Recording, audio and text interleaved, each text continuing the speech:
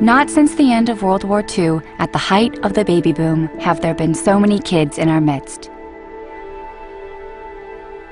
There are now more than 52 million kids under 12 in all in the United States, the biggest burst in the U.S. youth population in half a century. And for American business, these kids have come to represent the ultimate prize.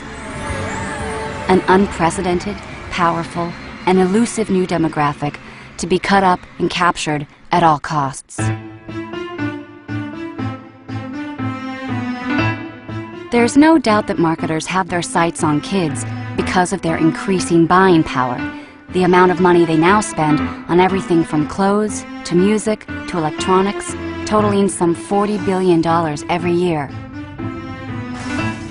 But perhaps a bigger reason for marketers' interest in kids may be the amount of adult spending that American kids under 12 now directly influence, an astronomical $700 billion a year, roughly the equivalent of the combined economies of the world's 115 poorest countries. One economic impact of children is the money that they themselves spend. The money that they get from their parents or grandparents, the money that they get as allowance when they get older, the money that they earn themselves. That is an increasingly significant amount of money. But that's not where the real money is. Marketers and advertisers have realized that the real money related to the children's market is in their purchasing influence. Any questions? Jared, does it do any tricks? Does that work for you? Because of their purchasing power and because of their purchasing influence, marketers and advertisers have become much more deliberate in their strategies and attempts to how to influence those dollars. Sienna, because kids come first. It's the children who often determine what kind of car gets bought, what kind of computer gets bought, what kind of cell phone program, and even where they take family holidays. What's your favorite part of the Nick Hotel? The awesome pools, having my own room, the arcade rocks. I like the shops. I like eating with SpongeBob. We came on vacation and the kids don't ever want to leave. Most parents and other people just don't realize how corporate marketers intentionally try to, well, in essence, make parents absolutely miserable.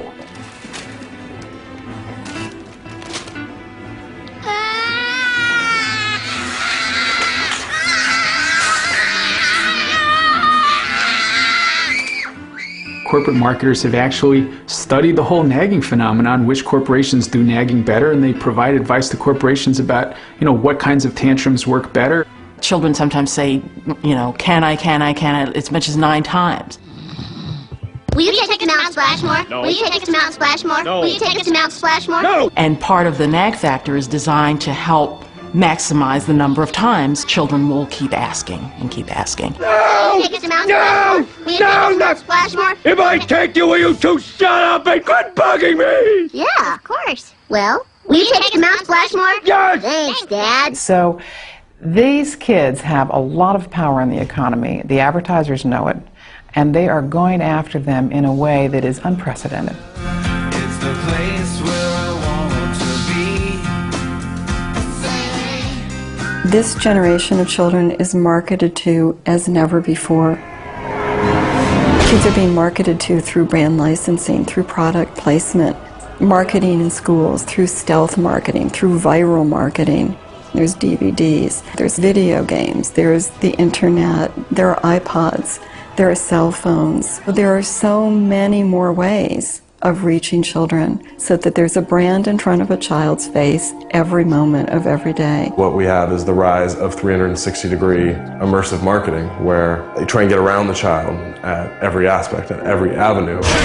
Some more great games. Kids are inundated with this. They are buried in this media blitz.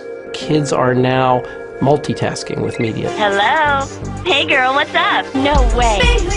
Plug in your iPod or MP3 player. Yeah, new music. They are using more than one medium at the same time. So they're surfing the web, and the television's going with MTV, and they've got the iPod with one earbud in, and they are more vulnerable and are bombarded with over 3,000 commercial messages every day. Marketers know these are little sponges. They're so wide open. They want to get that brand loyalty for life, because that's big bucks. It's about people wanting to convince our children that life is about buying, life is about getting.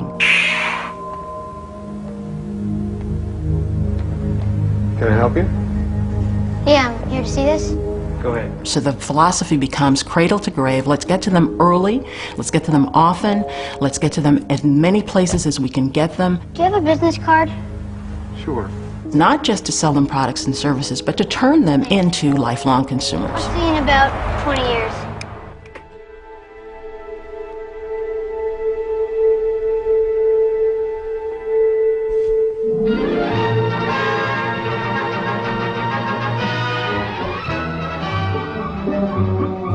Though grown-ups represent the greater part of any community's purchasing power, children very definitely are an influence in the purchasing of everyday commodities.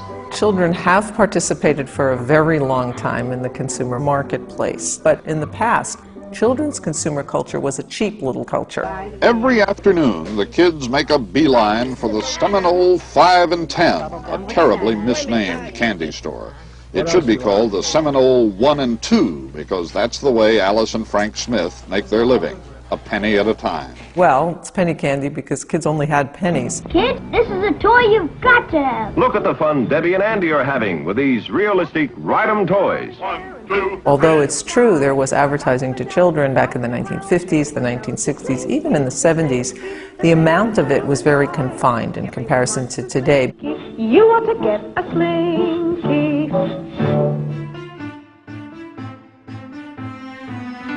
Advertising to kids may have been confined during the 70s, but it was during this period that it would come into its own as an industry,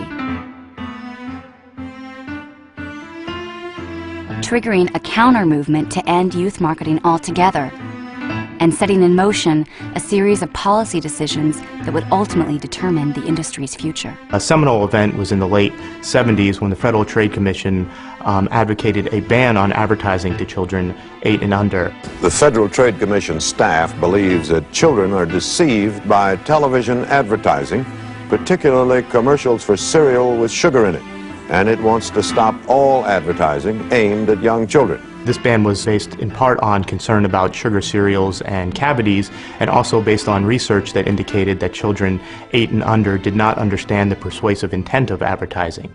Are you saying that every message directed to the older child, a child between 8 and 12, is inherently deceptive? That's right.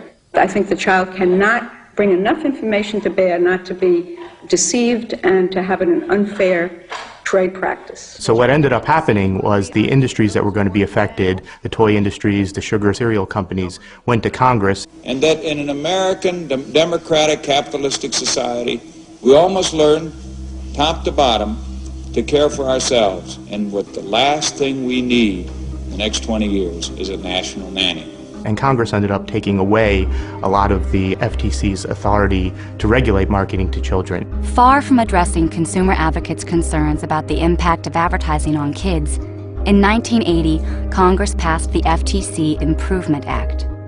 The law mandated that the FTC would no longer have any authority to promulgate any rules regarding children's advertising. The Congress of the United States, under pressure from advertisers and marketers, actually took away from the Federal Trade Commission the right, the authority to regulate advertising and marketing to children. And what little remained of government's power to regulate children's advertising would be dealt a final, fatal blow in the early 1980s. Government is not the solution to our problem.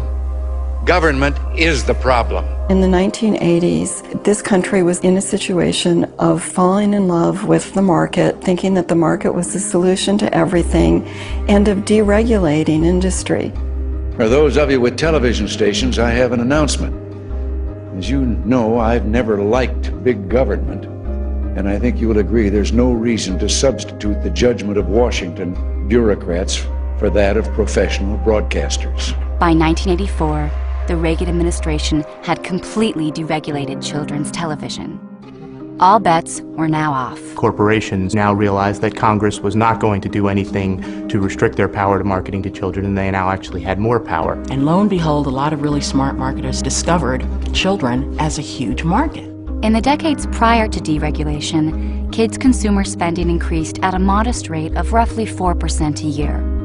Since deregulation, it's grown a remarkable 35% every year, from $4.2 billion in 1984 to $40 billion today, an 852% increase. Deregulation really opened the floodgates for a kind of marketing to children that never existed before the mid-1980s. And the masters of the universe. Suddenly, it became okay to create a television program for the sole purpose of selling a toy. No one can stop the spike-studded armor of the mighty Spikor. Not even me, you muscle-bound porcupine. Not even you, He-Man. And sure enough, in the year immediately following the congressional action, the 10 best-selling toys were all based on kids' television shows. It was the beginning of a new era for childhood marketing. A few years after deregulation, when the Teenage Mutant Ninja Turtle movie came out, awesome! There were over 1,000 products linked to the movie.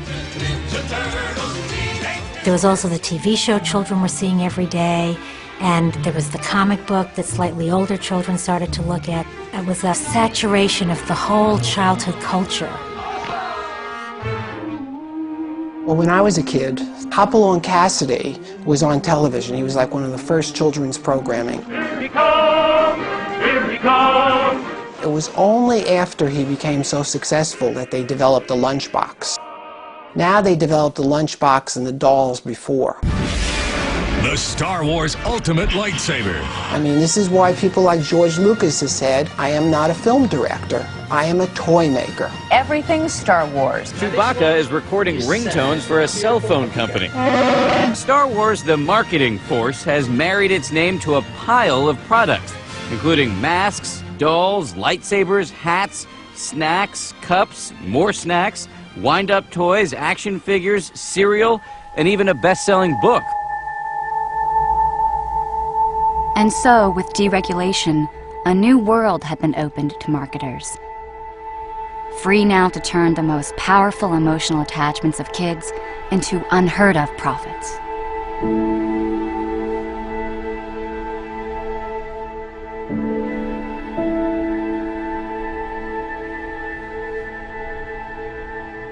Their goal is to insinuate their brands into the fabric of children's lives. So many children's characters' principal function is really to hook kids on products. They're designed to pull on kids' heartstrings. It's your chance to make The Little Mermaid part of your world. And then who's holding the strings? Well, it's the marketers who want to sell kids a wide variety of products. So you end up having junk food promotions at fast food restaurants, breakfast cereals with images of the main characters from the movies. You have bed sheets so that children literally go to bed thinking about the images. And then they go to school with their backpacks and their lunch boxes with the logos. And then they get to school and their friends have on the t-shirts and the shoes and they want them. Hello, Scooby-Doo crackers. Scooby-Doo? Do you like those? Yeah. Have you ever had them? No. How do you know you like them? I love them so much. SpongeBob SquarePants was Kraft's best-selling macaroni and cheese. I personally know a 5-year-old who told her father in no uncertain terms that SpongeBob SquarePants macaroni and cheese tastes better than any other macaroni and cheese. Now, how do you argue with a 5-year-old about that? I mean, what do you say? You say, well, no, it doesn't. And then she says, well, yeah, it does. Well, no, really, it does. No, it does. I know it does. Well, have you ever had SpongeBob SquarePants macaroni and cheese? No, but I know that it tastes better. Growing up is a very strenuous, difficult, and sometimes hard and scary process for children. One of the things that gives them some stability and continuity in that is their attachment to touchstones in their lives. And among those touchstones are characters. Clifford the Big Red Dog, Mickey Mouse. These are constants in their lives. These are things that they have figured out, they feel they understand, and that they feel comfortable with, and indeed, in their own way, love. When you take that and you leverage that into saying, eat this food, you are basically leveraging that very powerful emotion that the child has, that very powerful attachment to make money.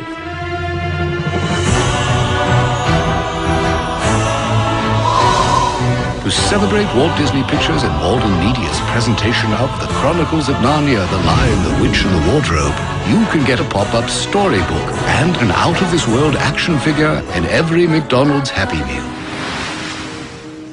But marketers have not limited themselves to dropping the names of beloved characters to sell their products. With increasing brazenness, they've also begun to drop the products themselves directly into kids' entertainment. Oh, look at that! Is it a mirage or just product placement? Hey, who cares? With shopping convenience at such low prices. Water, Fresca, Mountain Dew, your product name here. Product placement is weaving of products into programming without adequate disclosure. Welcome to Wendy's. May I take your order, please? Classic triple lettuce, tomato, and cheese. Classic triple lettuce, tomato. I got it. Classic. Chicken nuggets. What kind of toys do you have? And so it's dishonest advertising, it's deceptive advertising, it sneaks by children's critical faculties and implants its messages in kids' brains when they're paying less attention. American Idol, which is a top-rated television program for 2 to 11-year-olds, is just rife with Coca-Cola product placement. American Idol is brought to you by Coca-Cola. The Gilmore Girls eat Pop-Tarts for breakfast. Are you enjoying your breakfast? I don't know if I like Pop-Tarts. Did you fall on your head while you were sleeping? I don't know. Do I like this? Is this something I like? Children's films have product placement in them. I mean, what Spy Kids had McDonald's as a plot point. And also product placement is getting more and more prevalent in video games.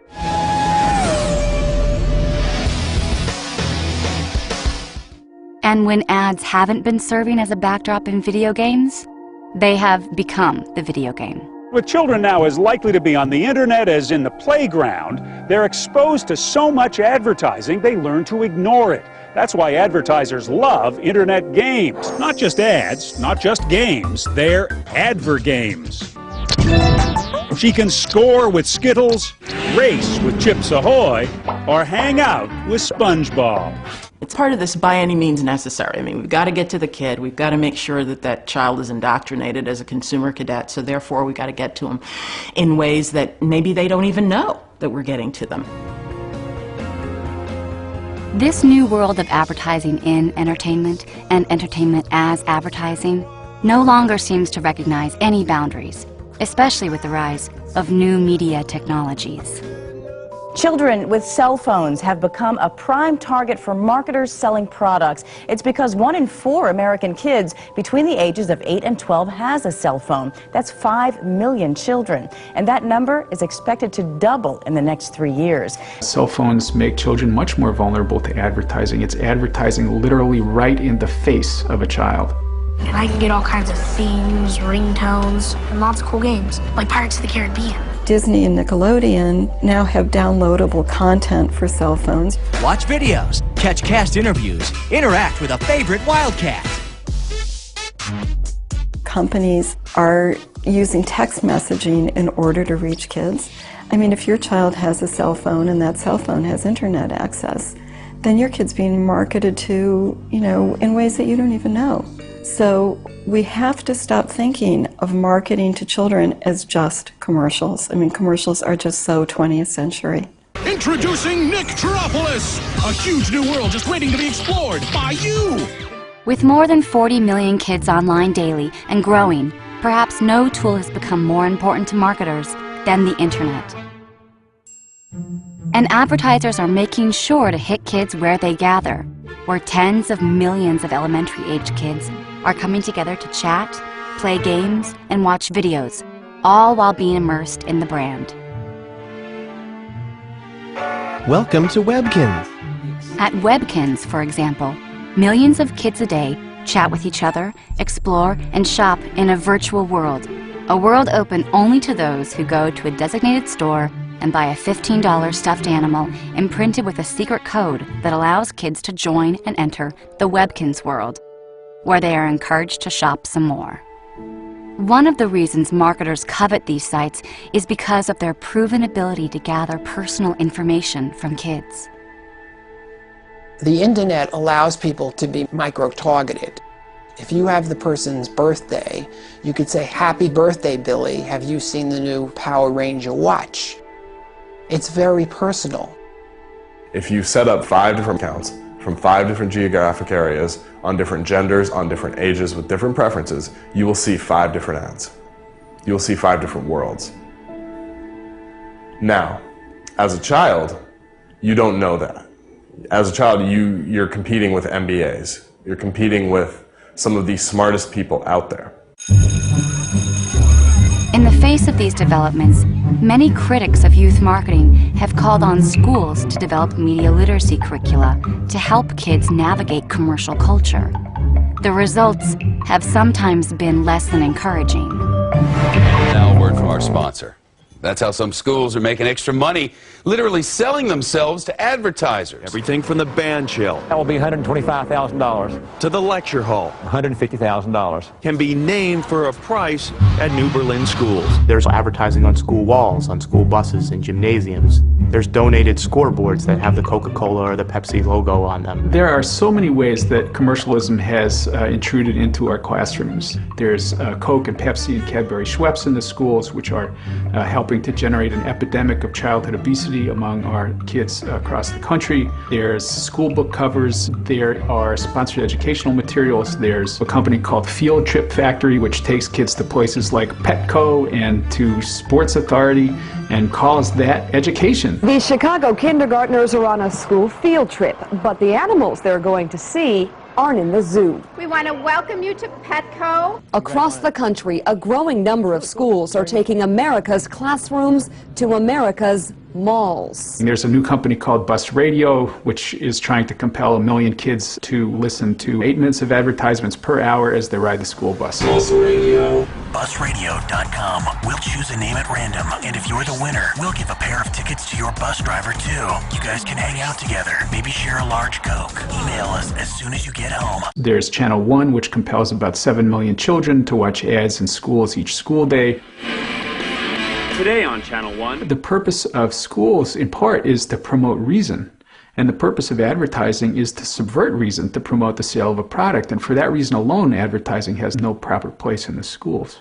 How often does a company realize that they're going to get a captive audience where people literally have to watch their message? The effort to create junior consumers no longer stops at the school door. It is now following kids into school. But if it's been following kids into schools, it's also been coming out of our schools in the form of advanced academic research, producing a new class of child marketing experts armed with some of the most formidable scientific tools.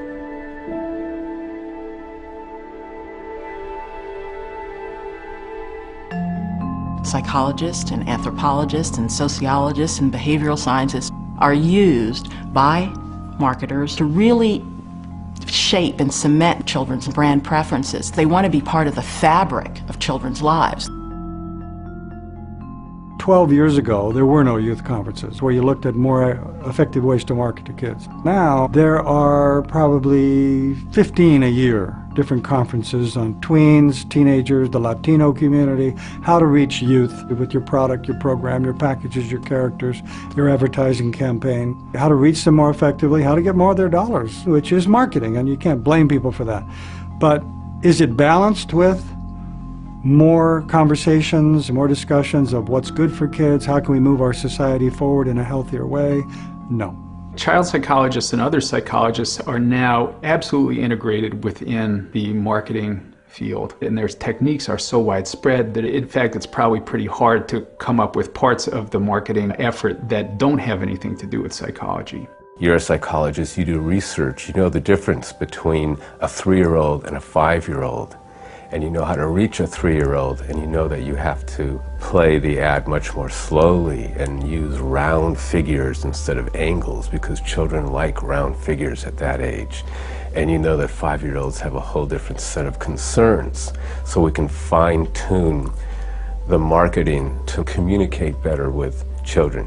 One means of fine-tuning is the tried and true method of the focus group. It's quiet, it's controlled, there's usually a one-way mirror, so we can see behavioral cues. It's how they look, it's the look in their eyes, especially with kids who don't have that sense yet of self-monitoring.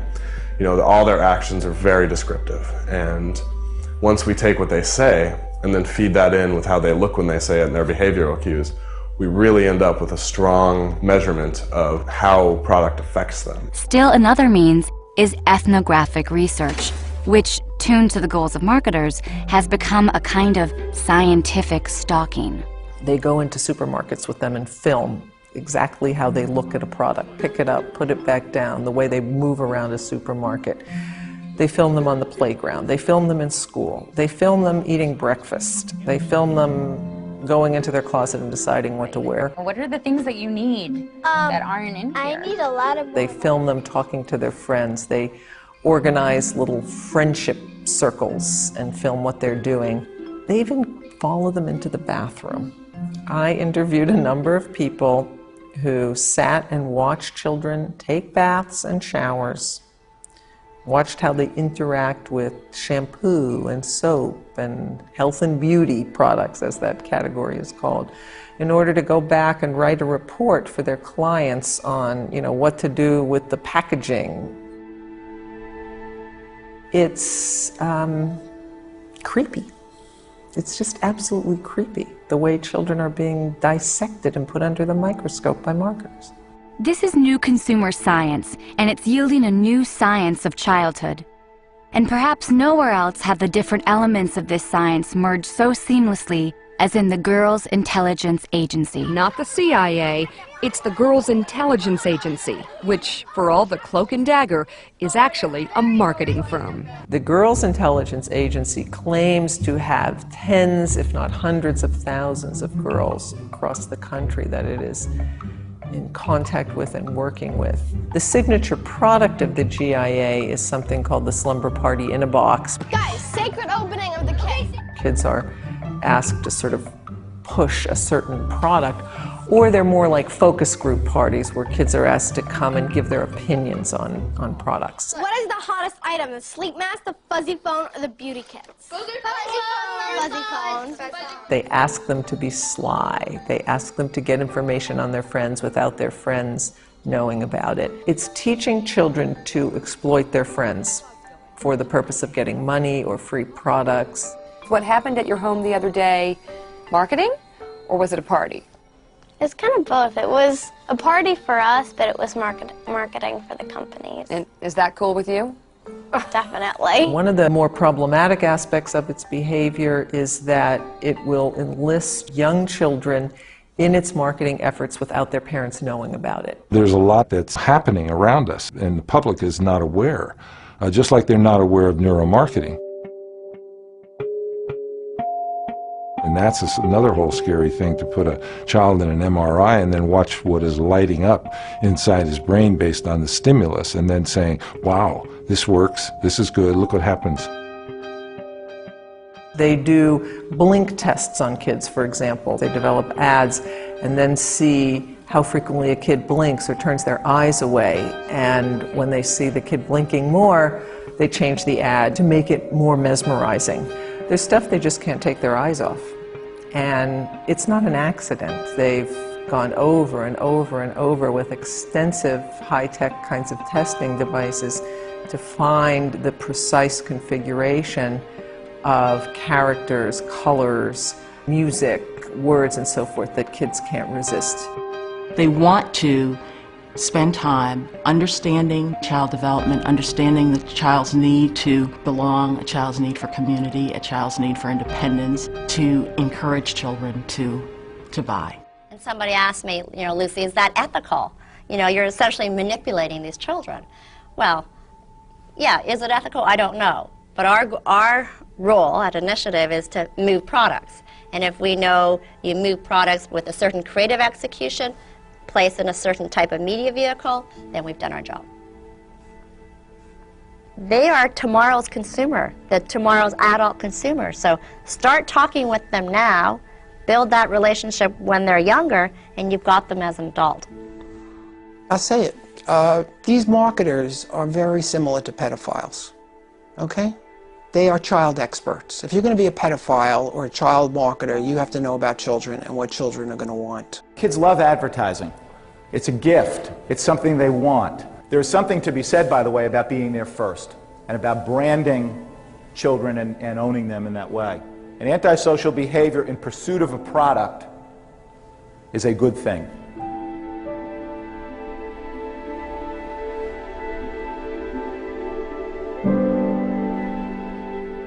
You'll never get away with this, Slippery Sam. Companies have moved away from exaggerating the product characteristics. See, his legs actually move just like a real horse. Blaze is the safest, strongest horse made. To a whole new form of advertising, which is symbolic advertising.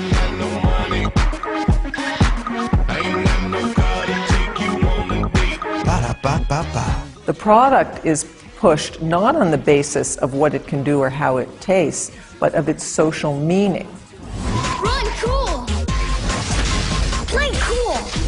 Be cool! So kids are taught to want candy or sugared cereals or soda because it's cool.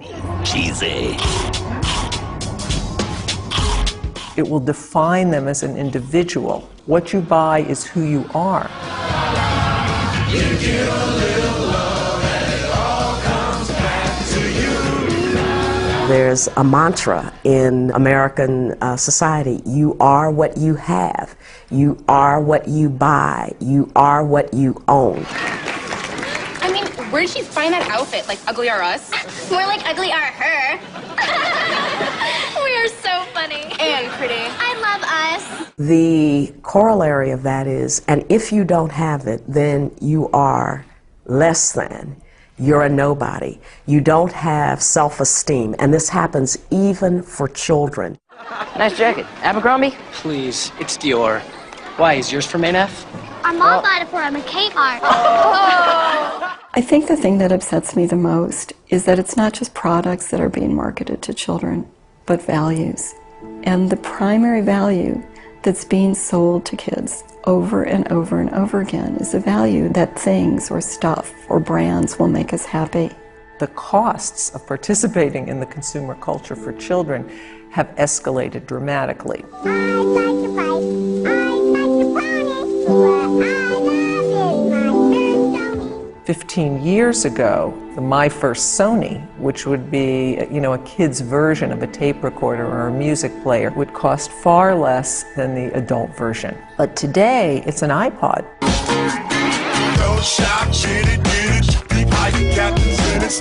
In grades, 1, 2, 3, 4 even, very, very expensive products.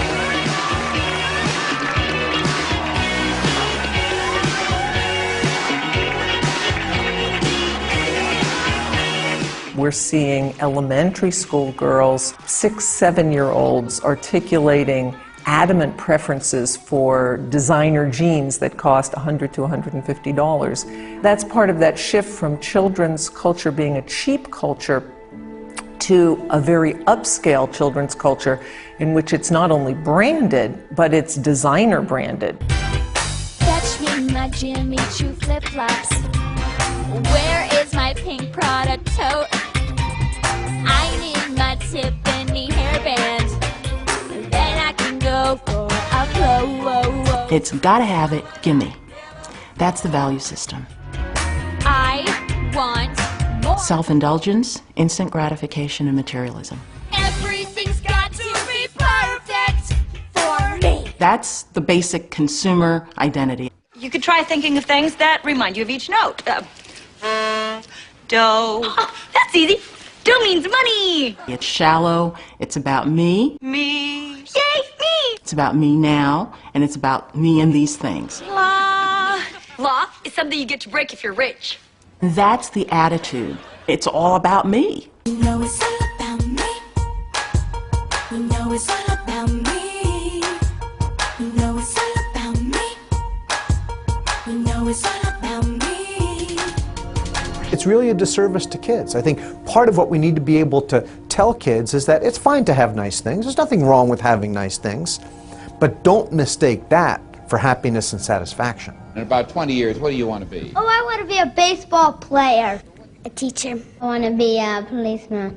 When I first started seeing children as a psychotherapist about a quarter of a century ago, I would routinely ask them what they wanted to be when they grow up, and would hear things like a nurse, an astronaut, or some profession that seemed glamorous to them. By the way, what does your father do for a living?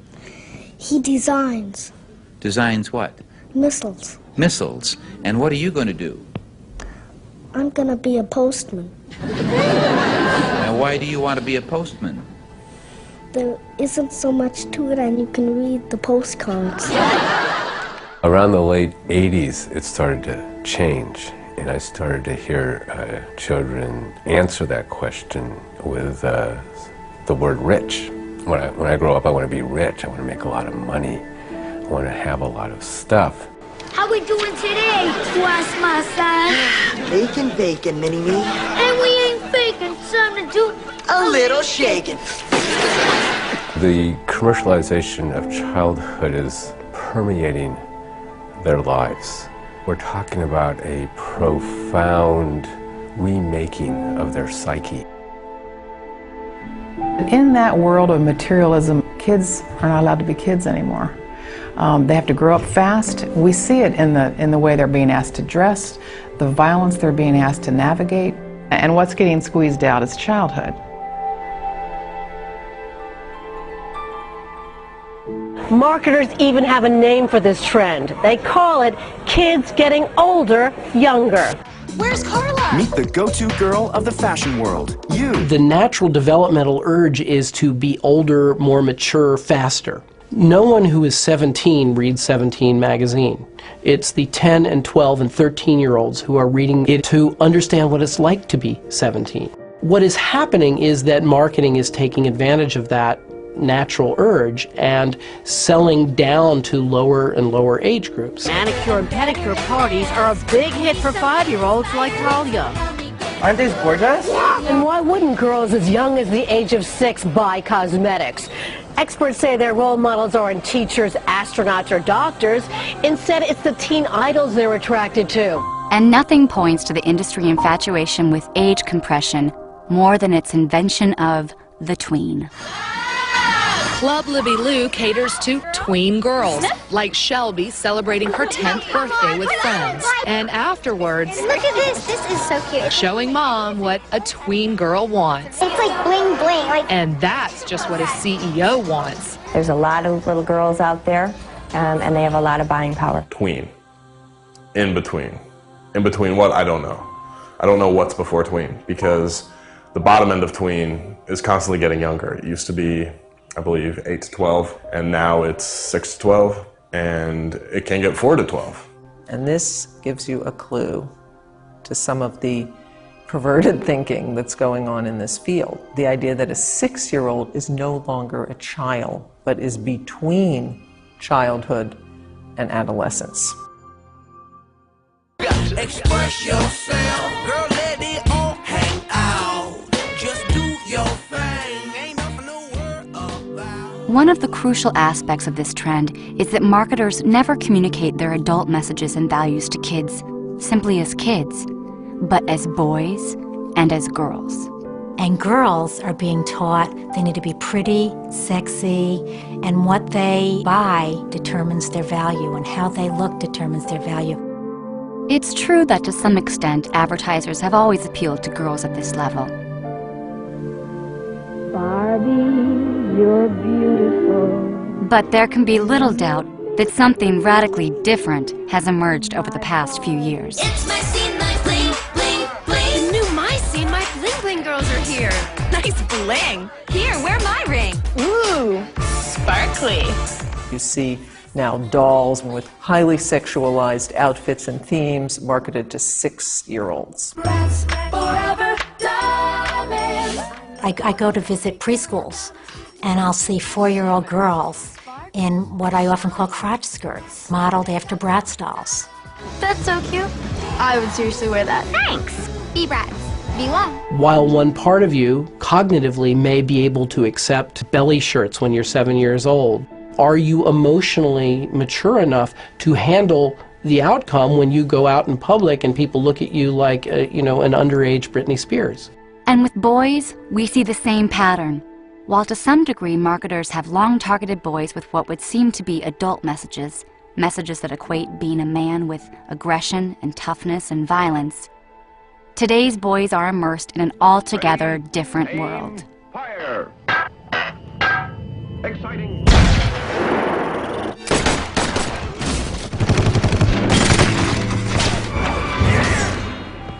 With boys, what we see is the use of images of violence, power, domination at very young ages. With video games, for example, we went from 16-bit to 32-bit to 64-bit to 128-bit technology in about 5 years. What that means is that we're getting closer and closer to virtual reality.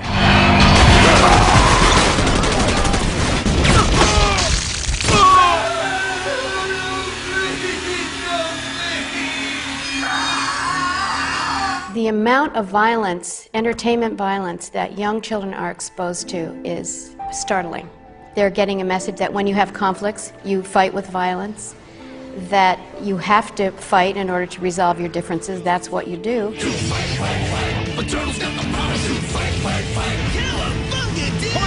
And that watching violence is fun. What the hell is this? What the hell is this? It's entertaining.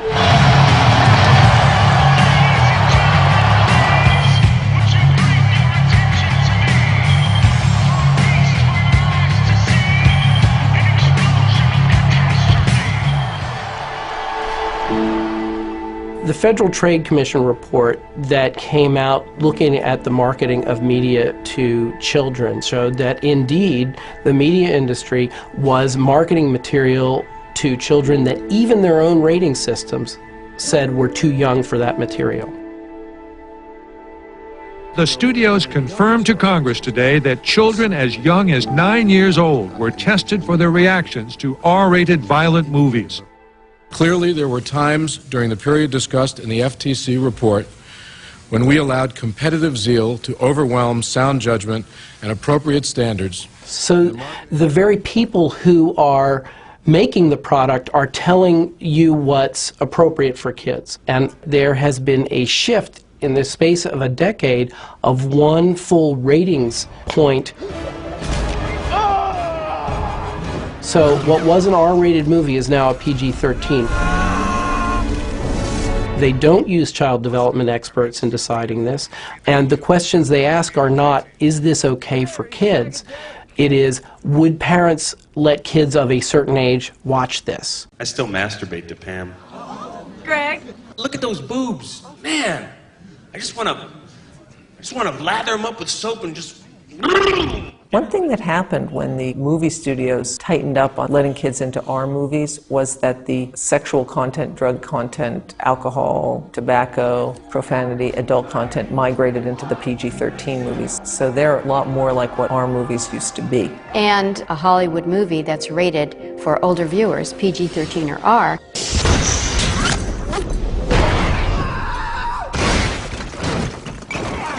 has a whole line of toys and products marketed to children 3, 4, and 5 years old. New Itsy Bitsy Spider-Man. Despite growing concerns about the industry's explicit strategy of age compression, its drive to reach kids at younger and younger ages has only accelerated. The result is a massive and growing toddler industry that almost from the womb now blankets babies in brands. It's really hard to find baby paraphernalia that's not plastered with media characters. You can find unbranded baby stuff, but you can find it in high-end toy stores. But if you go to places where poor or middle class families shop, it's all branded. So the babies start out life with the notion of consumption. And that's not an accident. What they want is cradle-to-grave brand loyalty. That's what they talk about, share of mind. They talk about owning children for life. Norman Feeney, Pepsi drinker for life. There's been this recognition, apparently, that children as young as 6 months of age can recognize brands. So now, if they can recognize brands, we've got to make sure that they recognize our brand. The marketer is interested in getting to that child at the very, very beginning to begin to shape that child's worldview, to begin to shape that child's brand preferences, to begin to basically tell the child, in a sense, what that child needs in order to have a meaningful life. And that's where we see, as mothers, that's our job. It's not theirs.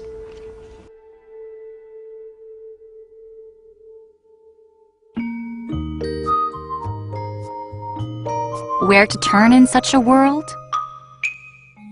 Millions of parents are now finding some solace in what appears to be a counter-trend. It's a new media movement that claims to be good for infants. And whether we're talking about developmental DVDs like Baby Einstein and Brainy Baby, or 24-hour programming for infants and toddlers on TV, the idea is that good media is the best antidote to bad media. We don't get to decide how tall they'll end up, or what their shoe size will be in 2 years. But how big their imaginations get? Is that your shirt? Well, we do have some say in that. The idea is that our kids would be all right if parents would simply turn their children away from the commercial clutter and turn them on to educational media. Because kids don't just grow up, they think up. But the question is any of this even true? There is not one iota of research evidence that shows that they teach children anything, or that the children who experience these things at early ages are any different in terms of their educational capacity or their fund of knowledge later on down the line. It is a huge, hundreds of millions of dollars a year business. And they're selling it to parents' insecurities. You'll never get into college if you don't play your video game. They're basically letting parents think that if they don't get these things, their children will be behind. What will this home video end up being labeled? Kyle and Max in the car? No, Kyle and Max playing. Cat, we want tea. Make that Kyle and Max increasing the size of their brains.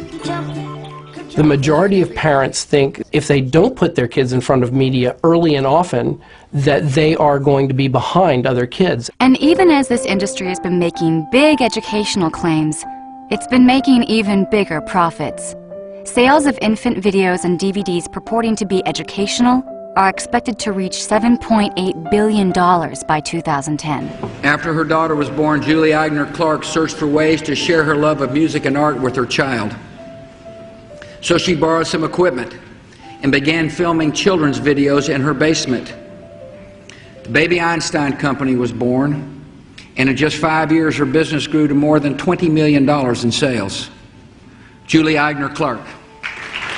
This is a billion-dollar industry that is a complete and total scam. There's no evidence that a baby watching a DVD is learning anything. Educational videos aimed at babies may not be such a bright idea after all. A new study found that children who watch popular DVDs like Baby Einstein and Brainy Baby actually have poorer vocabularies. One researcher even said she'd rather have babies watch American Idol. The American Academy of Pediatrics has now for 7 years recommended that there be no screen media use for children under the age of 2. And this is for some very specific reasons. First of all, there is no solid scientific research evidence that children under the age of 30 months or 2.5 years can learn anything from an electronic screen. A lot of media early may in fact change the way the brain develops. 3 new studies out tonight are the latest to suggest that heavy television watching can hurt children's ability to learn. The more television infants and toddlers watch, the greater the chance they'll have trouble paying attention and concentrating during their very early school years. Researchers say hours spent in front of the TV only trains the brain to watch more TV. A child weaned on bright colors and rapidly changing images will find it tough to focus on a teacher. During the first 2 years of life, their brain is rapidly developing.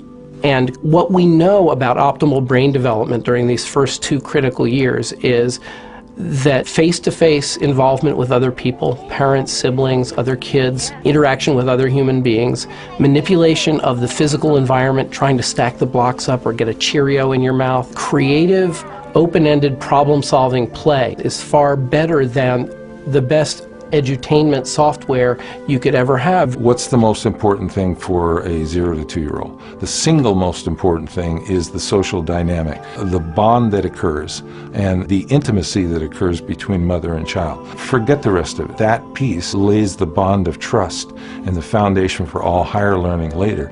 That has to occur. So if you're sacrificing the trust, the bond, the attachment issues for the sake of having a baby Einstein or computer or videos in the room, you're missing a huge understanding of child development. The space that is necessary to think is being jeopardized. You're immersed. You're outside yourself. You're taken out. When do you have quiet time and unstructured time? And when is a child able to be a child and play? Remember playing baseball until it got so dark you couldn't see the ball any longer? How about hiding and pretending you couldn't hear your name being called home to dinner? That was back, of course, when kids, and just about all kids, played outside starting the moment they got home from school. That was before Xbox, of course. A recent report from the American Academy of Pediatrics found that commercial media is radically transforming the way children play. The report found that even though free and unstructured play is essential to the cognitive, physical, social, and emotional well-being of children, the amount of time 6 to 8-year-olds spend playing creatively has been declining dramatically over the past decade. And for 9 to 12-year-olds over the same period, creative play has declined a staggering 94%. The thing that it's important to remember about creative play is that it's a foundation of learning. It's a foundation of critical thinking. It's a foundation of problem solving. It's the foundation of empathy and of, the experience of being something else. And it's the way that kids make life meaningful. What's happening is that children are being deprived increasingly of opportunities to exercise their imagination. Parents are being encouraged to hand babies cell phones because of the Sesame Street content or the Nickelodeon content. We now have, screens in the back of minivans and portable DVD players for toddlers. We're raising a generation of children who are never going to have the experience of having to amuse themselves or having to calm themselves down.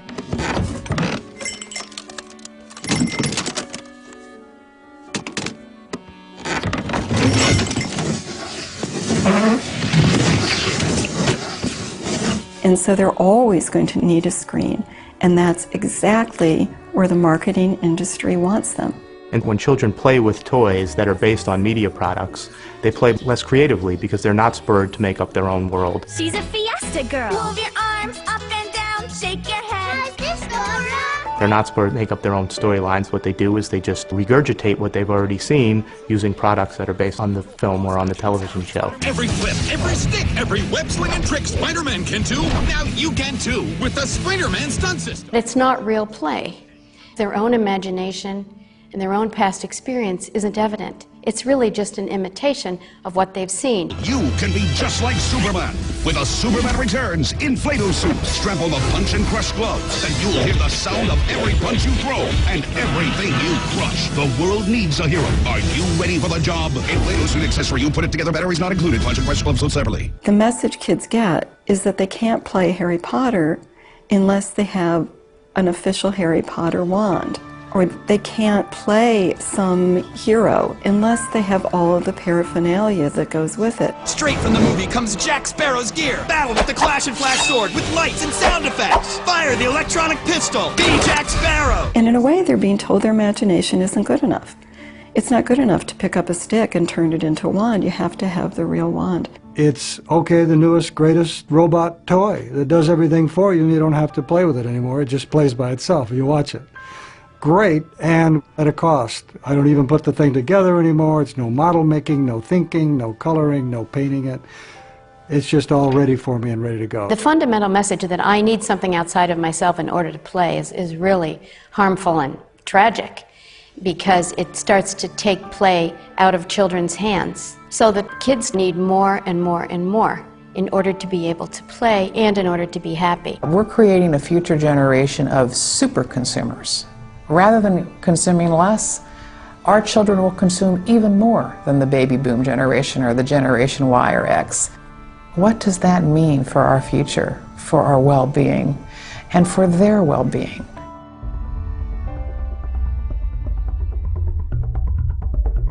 40 times as many young people are now being diagnosed with bipolar disorder than 13 years ago. Attention deficit hyperactivity disorder.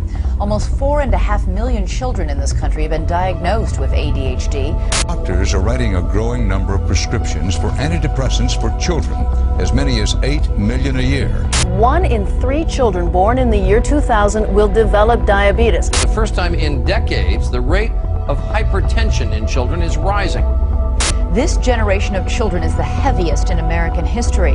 An estimated 16% of all children and teenagers are overweight, 4 times as many since the 1960s. It's kind of like we're saying in our society, we don't care about children. For all the rhetoric about kids, we're treating them as one thing, buying power consumers. And no matter what they buy, we want them to buy, even if it's going to kill them. The sick child, as viewer consumer, has replaced the healthy child of sports, play, and make-believe.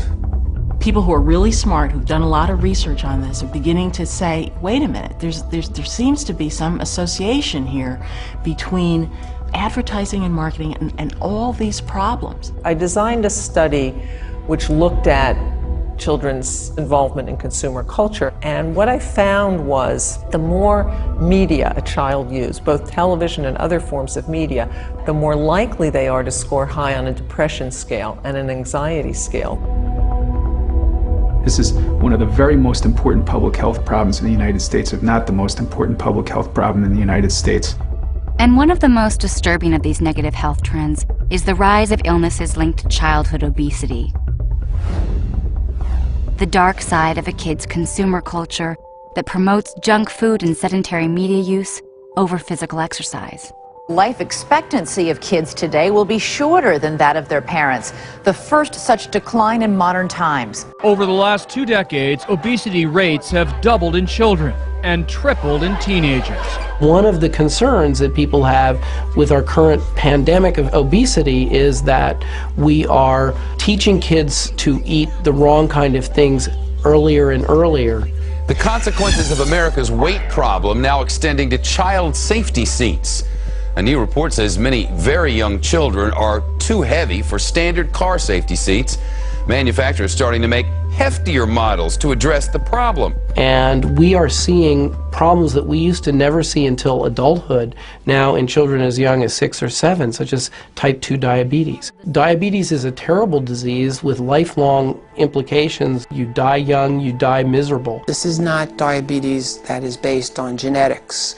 This is diabetes based on weight. Diabetes, being a chronic illness, affects people's eyes, it affects their circulation, it affects their heart. There is going to be a health care crisis, a concrete health care crisis.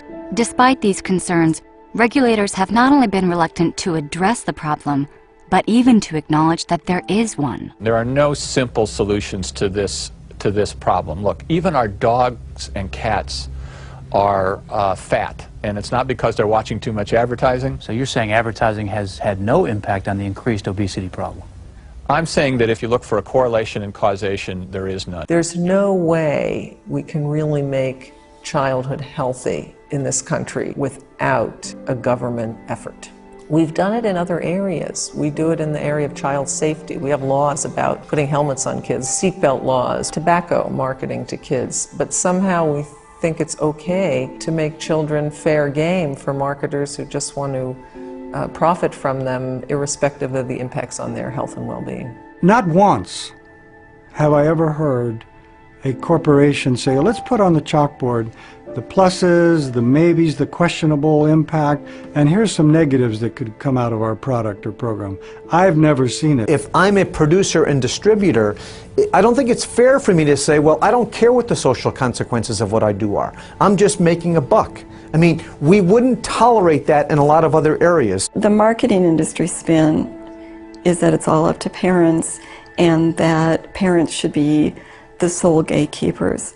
What about their parents, though? The parents are responsible for the conduct of the child. Anything a child does. Isn't it a parent's responsibility? Isn't it the parents' responsibility to monitor what their kids are reading and watching? Isn't the choice of what to buy and feed kids up to parents, ultimately? Parents can't cope with this alone. They need help.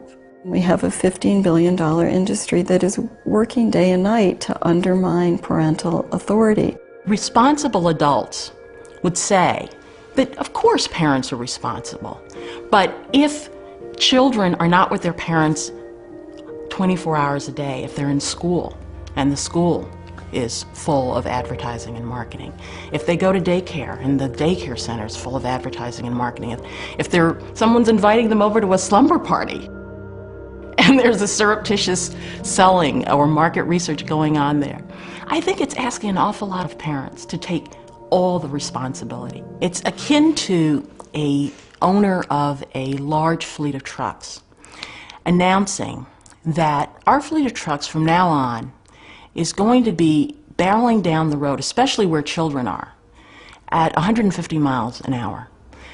Parents, watch out. It's your job to take care that your children don't get hurt. No one would argue in that case that the owner of the fleet of trucks doesn't bear any responsibility at all. In fact, the FTC and the FCC's role is to protect children when the marketplace isn't protecting them. And we have a situation now where those agencies are not fulfilling the role that they actually were given when airwaves, for example, were turned over to private corporations. So things are very out of balance. We're the only industrialized country in the world that really doesn't have a policy about this. I have consulted and spoke to people in Ireland, in the Scandinavian countries. They don't permit this type of advertising. But usually, when there is any type of debate about this, the industry brings out the First Amendment rights, okay, the Constitution. I say they're entitled to the Constitution, but they're also entitled to the shame. Shame on them. This is our future, and they know that this is wrong. We need, in a proactive, forward-looking way as a society, to say, how is this changing us? How is this changing our environment? How is this changing our society? And do we want this? I think that we have to look at this as an issue of rights. The rights of children to grow up and the freedom for parents to raise them without being undermined by commercial interests. In that sense, it's like the civil rights movement or the women's movement or the environmental movement. I think that we're at the beginning of a growing movement and that it takes time. This is a lot more than about selling products and services. If we care about nourishing the human spirit, if we care about human relationships, we've got to care about this issue.